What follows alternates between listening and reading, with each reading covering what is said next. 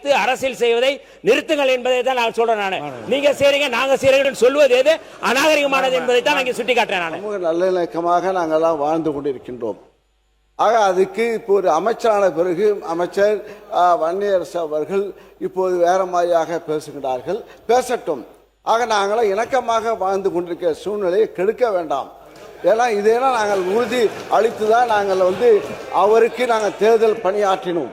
வெற்றி பெற்று இங்கே அமைச்சராக அவர் வங்கியிருக்கிறார். விஸ்வநாதன் சொல்றார், இப்போ நாங்கள் கட்டுறோம் அவங்களுடைய ஊரில் குடிகாடில் அந்த சமுதாயத்தை சார்ந்தவர்கள் எல்லோரும் அந்த பகுதியில் எல்லோருக்கும் வீடு இருக்கிறது. எல்லாம் மாடி கட்டிட தான் எல்லாம் வீடு கட்டி கொடுத்திருக்கின்றோம். அவருக்கு தெரியாது, ஊரை விட்டு போனாலும் அது விஸ்வநாதன் குடிகாடில் எல்லா வீடுகளுக்கும் அங்கே ஒரு உதாரணம் சொல்றேன்.